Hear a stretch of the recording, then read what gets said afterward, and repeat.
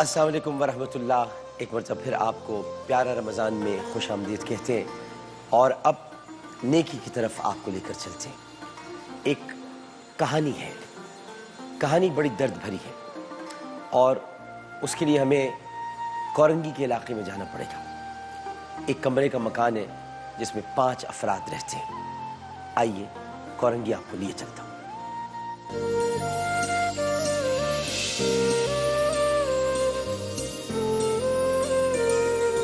اور ہم سب کو چاہیے کہ جب علیشہ یہاں شام کو تشریف لائیں اپنے گھر والوں کے ساتھ تو ہم علیشہ کو یہاں سے یہ خوشخبری دے کر بھیجیں، ہماری بہن تم بیوٹیشن بننا چاہتی ہو اور تم چاہتی ہو کہ تمہیں میک اپ کا کوئی سامان دلوایا جائے، تمہارے لیے کوئی پارلر کھلوا دیا جائے، تو پارلر ہم کھلوا دیتے ہیں کیونکہ تم ہماری بہن ہو اور تمہاری خواہش ہے، تم چاہتی ہو کہ تم خود کماؤ اور خود کما کر اپنے گھر والوں کا بھی پیٹ پالو اور خود بھی اپنا سہارا بنو۔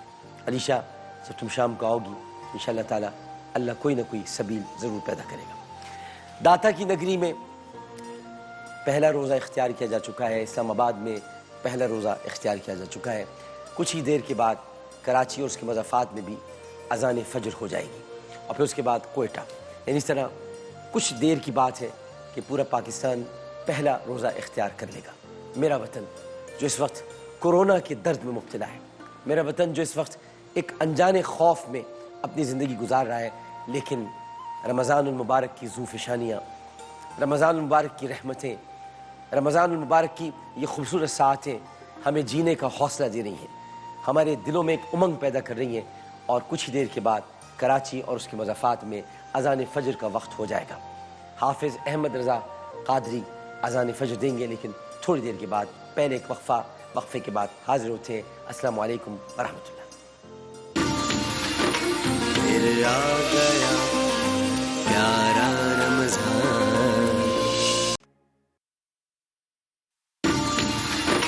پھر آ گیا پیارا رمضان۔ السلام علیکم ورحمۃ اللہ۔ ایک مرتبہ پھر آپ کو پیارا رمضان میں خوش آمدید کہتے ہیں۔ ایکسپریس ٹی وی ہے، سحر عامر کے ساتھ ہو چکی ہے اور کراچی میں بھی تھوڑا وقت باقی ہے، اس کے بعد یہاں پر بھی اذان دی جائے گی۔ ہمارے ساتھ اب پیارا بیان ہوگا اور پیارا بیان دیں گے ایک ایسی شخصیت، ایک ایسی ہستی جن سے ہم سب بہت محبت کرتے ہیں، پیار کرتے ہیں۔ میں تو ان سے بہت پیار کرتا ہوں اور یہ بھی مجھ سے بہت پیار کرتے ہیں۔ جناب مولانا آزاد جمیل صاحب، السلام علیکم۔ پہلا روزہ آپ کو بہت بہت مبارک ہو۔ طبیعت کیسی ہے آپ کی؟ الحمدللہ ماشاءاللہ آپ صاحبزادی بھی ہو گئی، اب تو ماشاءاللہ یہ کہنا چاہیے کہ اب آپ بیٹا بھی ہے اور بیٹی بھی ہے، دونوں کے نام آپ نے رکھے ہیں۔ ارے ماشاءاللہ اللہ تعالیٰ برکت نصیب فرمائے اور بابرکت ہو اولاد آپ کی، اور آپ کی ماشاءاللہ جو پرورش کا ایک طریقہ کار ہے اور جو آپ کا خود کا سایہ ہے، ہماری بھابھی صاحبہ، تو ایک اچھی تربیت، ایک اچھی پود انشاءاللہ تعالیٰ ضرور نظر سامنے آئے گی۔ صاحبزادے تو مولانا آزاد جمیل کے بیٹے جب بنیں گے بڑے ہو کر تو وہ بھی بڑے زبردست خطیب ہوں گے۔ آپ کی شفقت ہے، آپ کی محبت ہے۔ بسم اللہ بسم اللہ۔ الحمدللہ وحدہ والصلاة والسلام علی من لا نبی بعد، اما بعد۔ میرے محترم عزیزوں، میرے بھائیوں، میری بہنوں، میرے دوستوں، اس وقت اسکرین پہ آپ ایکسپریس نیوز چینل سے آپ دیکھ رہے ہیں کہ ایک عظیم الشان خوبصورت ٹرانسمیشن چل رہی ہے، اور یہ ٹرانسمیشن میری اور آپ کی اور جتنے لوگ اس کو اس وقت دیکھ رہے ہیں، یہ ہماری خوش قسمتی ہے کہ ملک پاکستان کے ایک عظیم مذہبی اسکالر ڈاکٹر عامر لیاقت اس پروگرام کی میزبانی فرما رہے ہیں۔ تو یہ اللہ نے اعزاز بخشا ہے اس رات کو کہ اس رات میں اللہ تعالیٰ جنت کو اس حد تک خوبصورت تو ہے ہی ہے، لیکن معطر کیا جاتا ہے اور دھونی ہوتی ہے سارا سال۔ جب دھونی دی جاتی ہے پورے جنت کو تو اس دھونی سے جب خوشبو نکلتی ہے، اس سے ایک آواز ہوتی ہے اور اس آواز سے پتے ہلتے ہیں جنت کے، اور اس سے ایک عجیب سی کیفیت کی آواز پیدا ہوتی ہے۔ حسن ڈبل ہو جاتا ہے، اور پھر جب اس کی آواز ان پتوں کی جب وہ ہلتے ہیں اور وہ لوگ آ کے جو حورے ہیں ان تک یہ آواز جاتی ہے، تو وہ پوچھتے ہیں کہ یہ ہو کیا رہا ہے، یہ کیا ہو رہا ہے، یہ آواز کیسی؟ کہا پورا سال جنت کو دھونی دی جاتی ہے، مزین کیا جاتا ہے اس رات کے لیے، جو رات یہ شعبان کی آخری ہوتی ہے اور رمضان کی پہلی رات شروع ہوتی ہے، اس کے لیے کہ یہ امت محمد صلی اللہ علیہ وسلم کے لیے ایک اللہ نے اعزاز رکھا ہے ان کی آمد کے لیے، چونکہ دروازے تو سارے کھول دیے ہیں اور جہنم کے 7 بند کر دیے، یہ 8 کھول دیے، اور منادی نے اعلان کیا، منادی ایک فرشتہ اعلان کرتا ہے، زمین آسمان پہ آ کے اعلان کرتا ہے، نیکی کرنے والے شروع ہو جا، آپ کا سیزن آ گیا ہے، آپ کا وقت آ گیا جس کا تمہیں انتظار تھا، جس کے لیے تم بے تاب تھے، جس کے لیے 11 مہینے تم بے چین تھے، وہ مہینہ آ گیا جس میں تلاوت کا لطف ملے، سحری کا لطف ملے، افطار کا لطف ملے، وہ وقت آ گیا، اس رمضان کی برکتیں، اس رمضان کی برکتیں۔ پھر اس امت کے لیے یہ رمضان اور کتنا خاص ہو جاتا ہے، اور کتنا خاص ہو جاتا ہے کہ منہ کی بدبو جو سارا دن روزے سے ہو، اور پھر منہ میں بدبو آ جاتی ہیں، اللہ کے نزدیک مشک سے اور زعفران سے زیادہ محبوب ہوتی ہیں، زیادہ محبوب ہوتی ہیں۔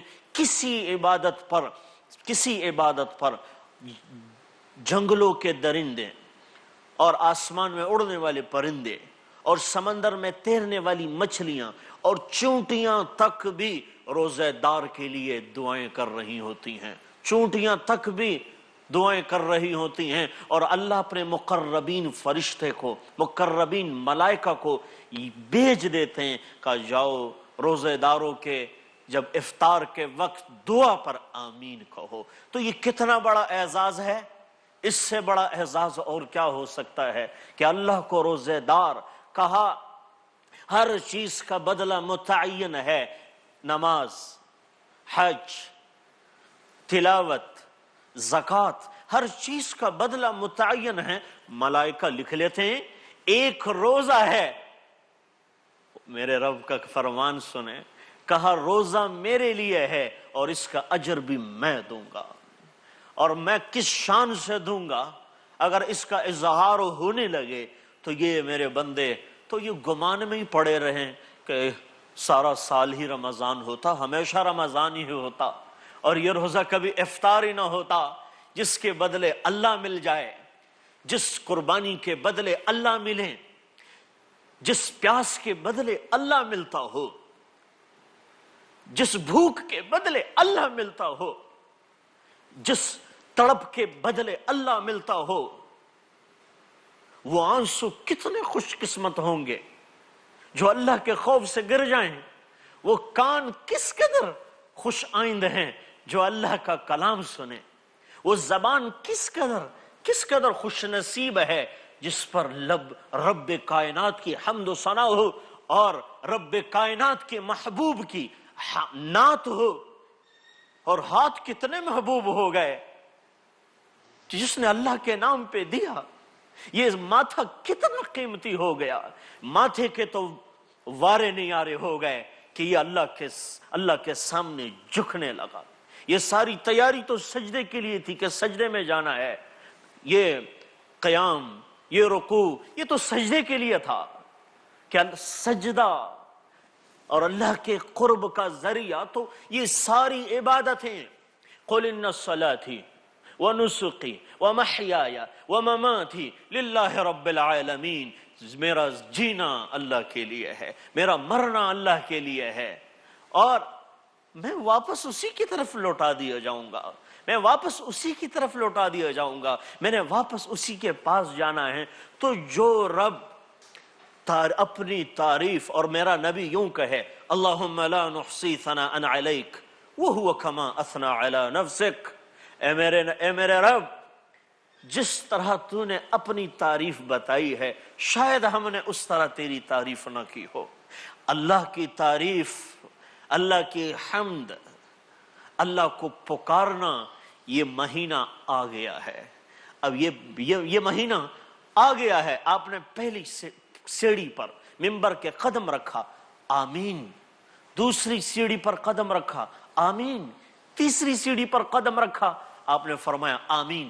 آپ سے پوچھا گیا یا رسول اللہ کیا ماجرا ہے بتائیں؟ آپ نے فرمایا مجھ سے جبریل نے دعا کی، ہلاک ہو جائے وہ جو رمضان کا مہینہ پائے اور اس کی بخشش نہ ہو، ہلاک ہو جائے وہ جو آپ کا ذکر سنے اس کی بخشش اور وہ آپ پہ درود نہ بھیجے، ہلاک ہو جائے وہ جو ماں باپ کو پائے بڑھاپے میں اور ان کی خدمت کر کے جنت میں نہ چلا جائے۔ اللہ تعالی ہمیں اس رمضان کی نعمتوں کو سمیٹنے کا بہترین انداز میں موقع عطا فرمائے ہیں اور یہ توفیق عنایت فرمائے ہیں کہ اس کو اپنی اللہ کی جو منشا ہے اس کے مطابق ہم اس کو گزار دیں۔ والسلام علیکم ورحمۃ اللہ۔ پھر آ گیا پیارا رمضان، ایکسپریس پر پھر آ گیا پیارا رمضان۔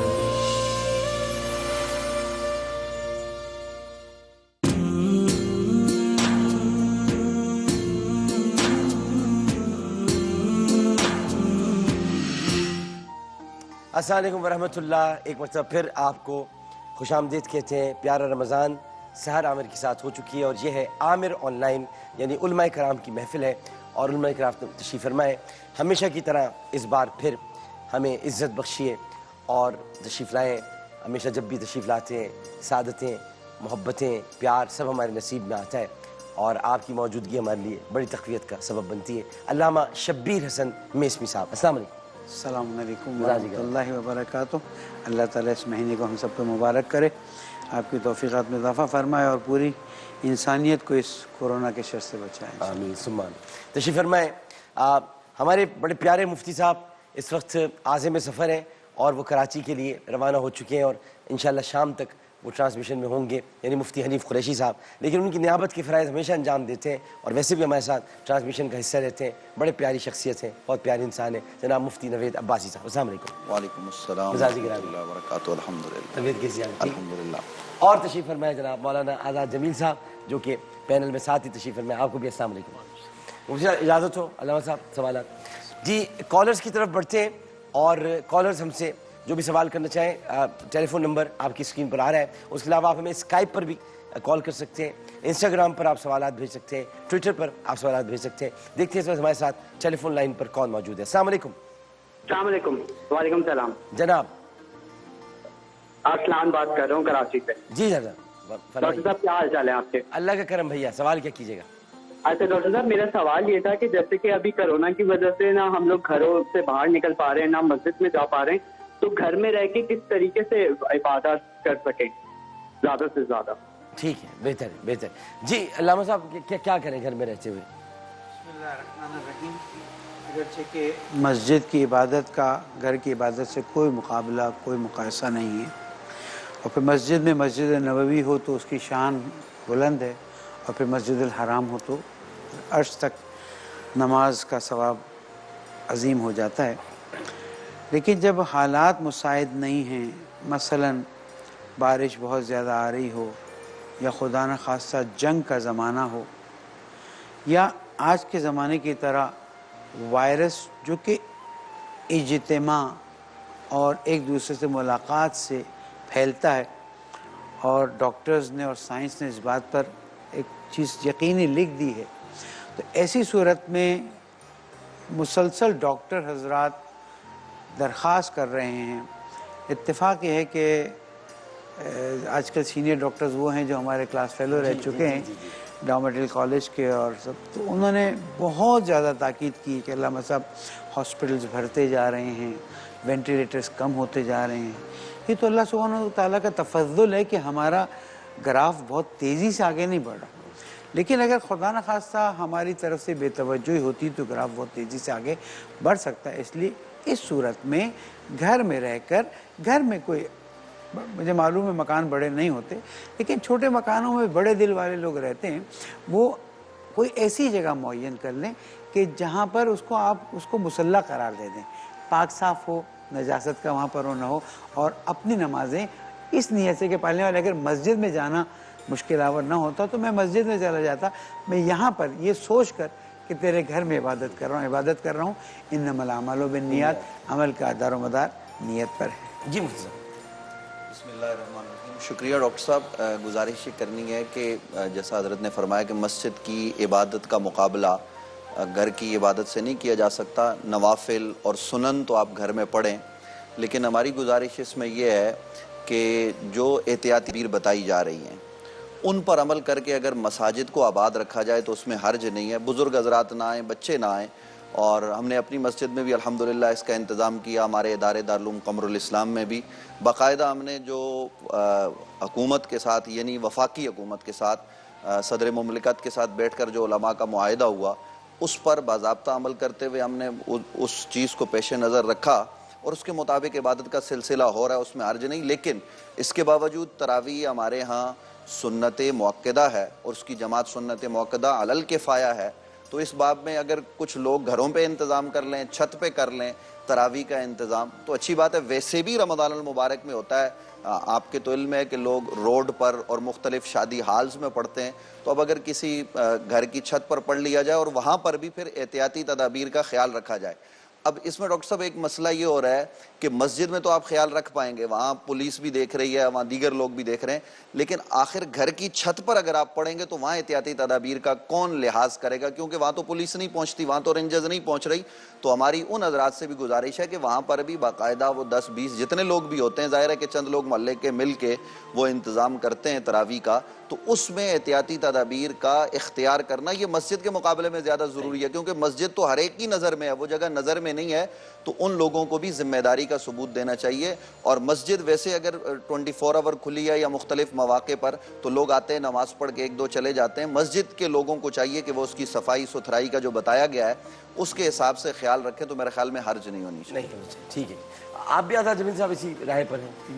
بالکل ٹھیک۔ جی السلام علیکم، جی کچھ کہنا چاہتے ہیں؟ چھوٹی سی اگر وضاحت، جی کچھ لوگ سوال کر رہے تھے اس طرح سے کہ حافظ قرآن نہیں ہے ان کے پاس، تو آیا تراویح کے لیے کوئی اور طریقہ کار بیان کر سکتے ہیں کہ قرآن مجید قرآن میں پڑھا جا سکتا ہے؟ آپ کیا تراویح کا مسئلہ ہے؟ نہیں ہمیں لیکن اس میں میں آپ کو بتاؤں، آپ کی محبت کرنے والے دبئی سے ہمیں کال کرتے ہیں کہ ڈاکٹر صاحب کو سلام دیجیے گا، اور ہم دیکھتے تو وہ آج ماشاءاللہ ایک بڑا زبردست تذکرہ یہ ہوا، بڑا ٹیلی فون کالز وغیرہ بھی آ رہی ہیں آج، بڑا جب ہم لوگ گفتگو کر رہے تھے تو مولا علی کا ایک جگہ ذکر ہے، تو یہی بات ہو رہی تھی کہ ام المومنین سیدہ عائشہ صدیقہ رضی اللہ تعالیٰ عنہ نے فرمایا کہ علی کا چہرہ دیکھنا عبادت ہے، تو اس پر لوگ بڑا ایک محبت اور ایک پیار کی جو فضا قائم ہوتی ہے، بہت سی مرتبہ ہم سے سوال کرتے ہیں، انہیں نہیں خیال ہوتا کہ ہمارے یہاں کیونکہ تراویح نہیں ہے، اس لیے میں چاہ رہا ہوں کہ اس کو تھوڑا سا تراویح دیکھیے، تراویح میں قرآن مجید فرقان حمید کا مکمل پڑھنا یہ کوئی فرض واجب نہیں ہے،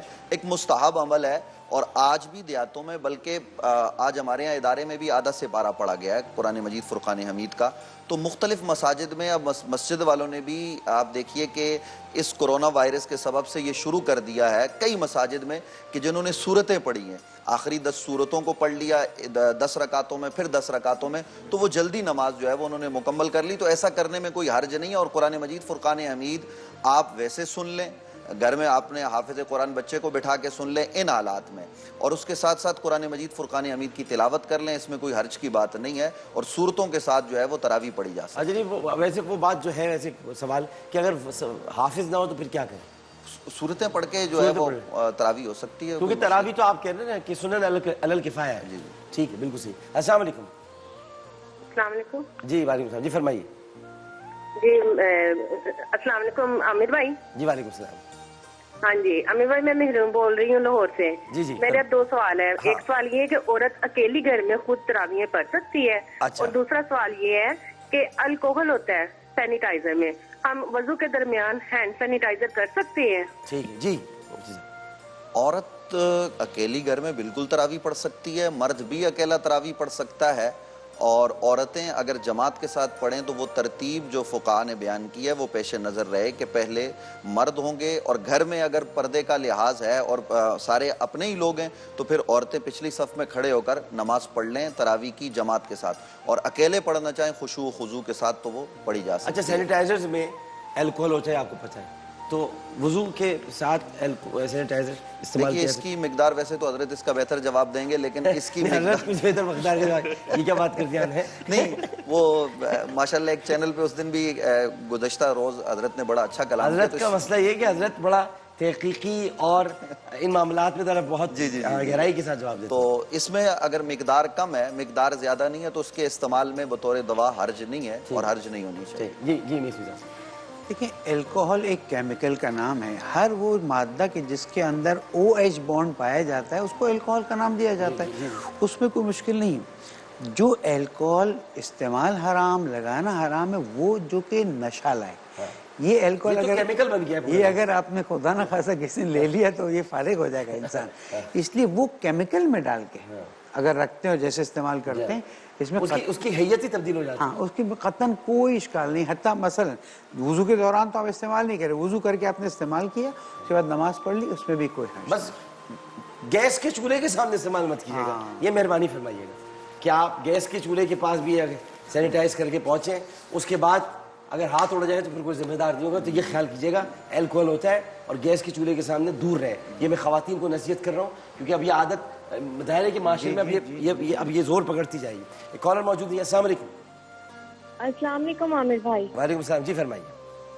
عامر بھائی، سب سے پہلے آپ سب کو رمضان مبارک میری طرف سے۔ بہت بہت شکریہ۔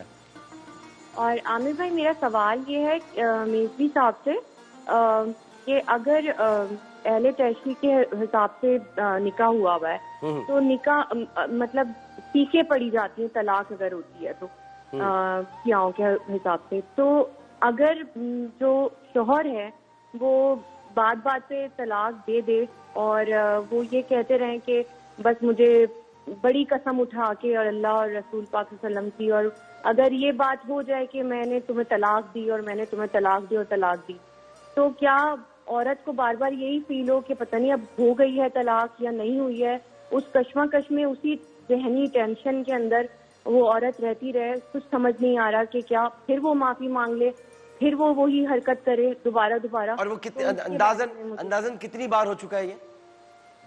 7-8 مرتبہ۔ 7-8 مرتبہ۔ ٹھیک ہے، میں میزبی صاحب سے پوچھتا ہوں۔ جی میزبی صاحب۔ دیکھیں مکتب اہل بیت علیہ السلام میں طلاق کی تقریباً 11 شرطیں ہیں، جب تک وہ 11 شرائط پوری نہ ہوں، جس میں سے ایک تو شادی بھی مشکل ہے اور طلاق بھی مشکل ہے، جذباتی مسائل ہیں یعنی فوراً کر لیا، جب تک وہ 11 شرائط پوری نہ ہوں اور صحیح عربی زبان میں وہ صیغہ نہ پڑھا جائے وہ طلاق نہیں ہوتی۔ میں اس شوہر سے درخواست کروں گا کہ کیوں اللہ تعالیٰ کی ایک نعمت جو تمہیں بیوی کی شکل میں ملی ہے ناشکری کر رہے ہو، خدا نہ خواستہ اس نعمت سے تم محروم ہو گئے، تب تمہیں اندازہ ہوگا کہ یہ کتنی بڑی نعمت یہاں سے چلی گئی۔ نعمت میں اضافہ کر لو، لیکن مطلب یہ کم از کم نہ کرو اس میں۔ جی آپ کیا فرمائیں ویسے فقہ حنفی کے اعتبار؟ جی ہمارے یہاں تو اس کا سلسلہ یہ ہے کہ اگر کوئی آدمی صراحت کے ساتھ طلاق کا لفظ استعمال کرتا ہے، وہ ایک نشست میں کرے یا 3 نشستوں میں کرے، ایک نشست میں بھی 3 مرتبہ طلاق دے گا تو ہمارے یہاں طلاق واقع ہو جاتی ہے، تو اس لیے طلاق کا لفظ استعمال کرنے سے اجتناب کرنا چاہیے، عت الوسع بچنا چاہیے۔ آزاد جمیل صاحب، بالکل درست، آپ تو جج بنے بیٹھے ہیں۔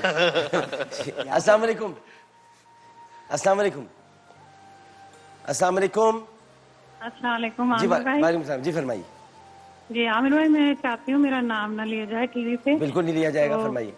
ہاں، تو میں آپ سے ایک بہت اہم سوال تھا وہ کرنا تھا جی۔ کہ میں سیدہ ہوں اور میں نے مطلب مجھے کسی نے یہ بتایا کہ ان کو بشارت ہوئی آپ صلی اللہ علیہ وآلہ وسلم کی، تو انہوں نے ان سے یہ فرمایا ہے میرے متعلق کہ جس طرح سے میری بیٹی فاطمہ ہے اس طرح سے میرے لیے یہ ہے۔ تو جب مجھے یہ چیز پتہ چلی عامر بھائی، میرے دن اور رات بس میں بیان نہیں کر پا رہی ہوں۔